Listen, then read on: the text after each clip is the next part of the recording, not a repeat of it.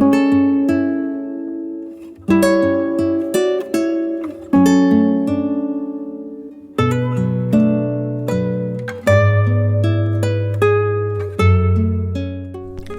everybody and welcome to Dryerdays Art Studio. I'm Catherine. Thank you so much for being here today. Well, it is the week of Christmas and I'm out of town, but I wanted to make sure I got a video out for you all. I made this cheese board with the matching coasters a month or so ago, and I've actually sold this set, and this was my very first attempt at a cheese board, so I wanted to bring it to you guys and show you how I made this. I also had a few requests to show a video using the Rhombus edge coaster molds, so I will be using that in this video.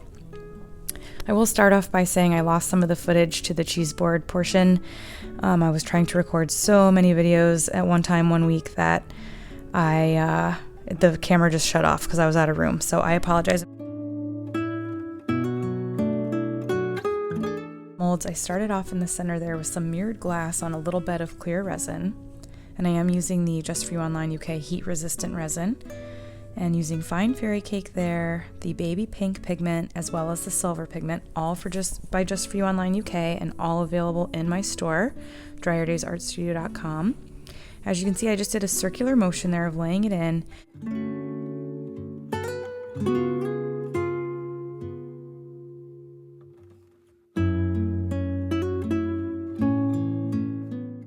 And that didn't quite fill the molds all the way, and I wanted these to be really thick and fill the entire mold, so I just mixed up a little bit of heat resistant resin with the chunky fairy cake glitter and put that on the bottom side of the mold here.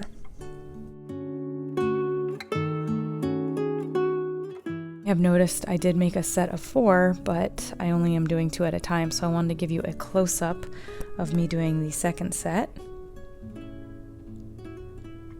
It's so cool how those pigments will just meld together.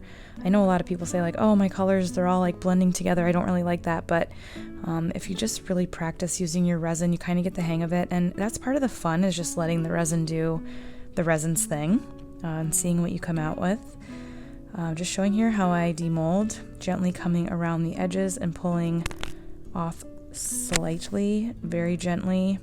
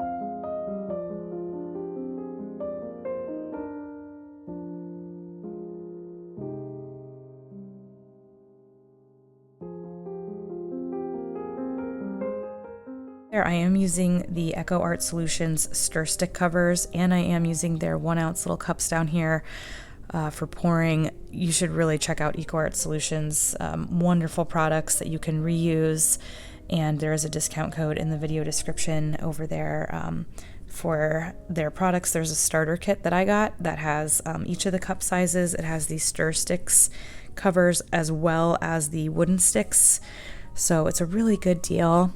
And, you know, as resin artists, we really need to be watching that we're not throwing a lot of stuff away. I know we can use a lot of sticks, a lot of cups, and it can just become very wasteful. Trying to be mindful of how much I am throwing away in my own studio.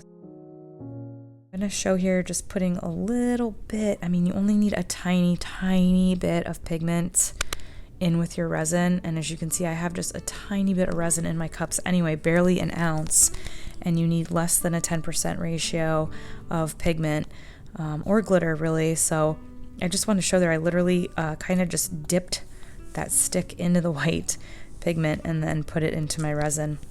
And I'm going to go ahead here and add all my pigments, and I'm going to mix them up off camera, and I'll be back.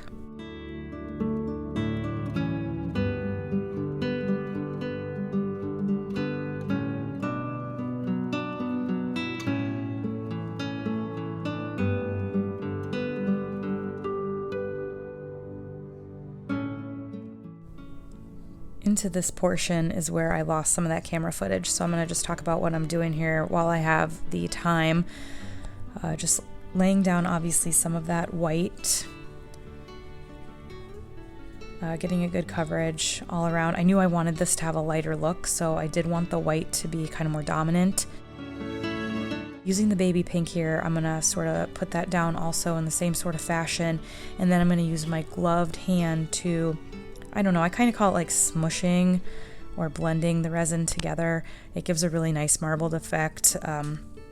Definitely make sure you're wearing gloves. I have been seeing a lot of people using resin and not wearing gloves, and it's just not a good idea. Just please wear gloves. I'm wearing black nitrile gloves. They are the best gloves for resin, and you can find them in my Amazon store, which is linked below with all of my favorite products if you need any tools. And what I want to mention too is with that glove finger technique, I kind of use that in the footage that is missing with laying down the gold metallic as well as the fine fairy cake glitter. So I do apologize that I lost some of that footage. If you watch any of my other videos of me making, geodes, I have like 100 videos now of doing resin, you can see how I lay my resin down. So I'll go quiet, let you watch, and I'll be back.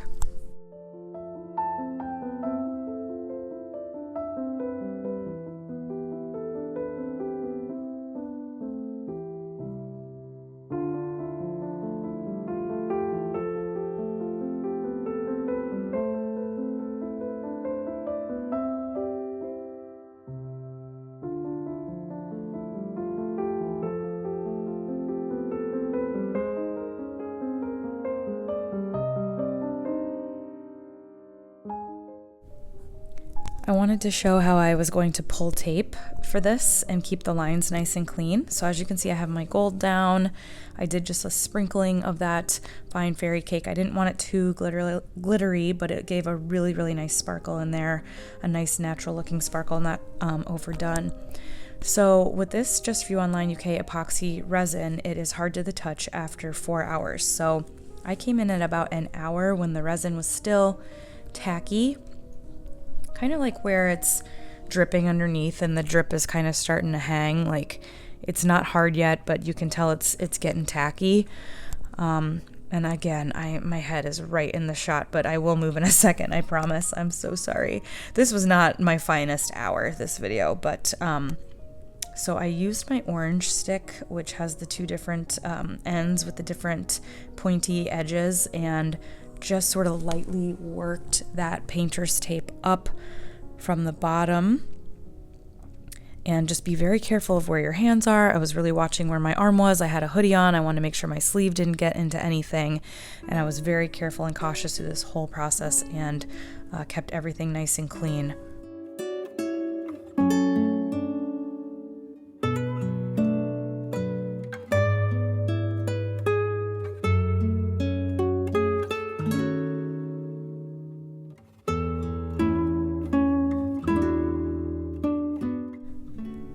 And as you can see, that pulled off beautifully and a nice straight edge there. And I'm not going to be too worried about that plethora of tape that I put on the back side of this. I just really want to get the tape up where any of that resin was touching the tape. So that includes around the sides here too.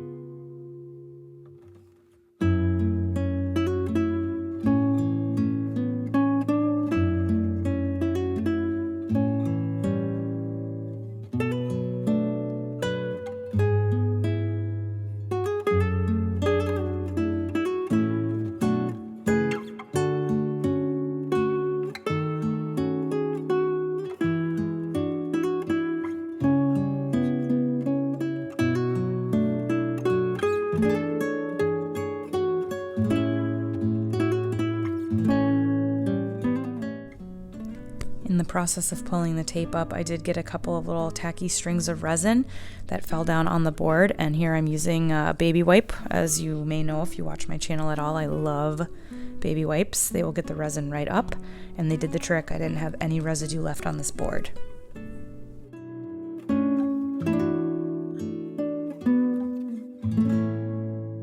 Hopping back over to the coasters now, I took a gold metallic marker from Michaels, one of my favorite markers, and went around the edges. And you can see, I mean, it really made these coasters pop. They were just kind of plain before. They were pretty, but just sort of plain.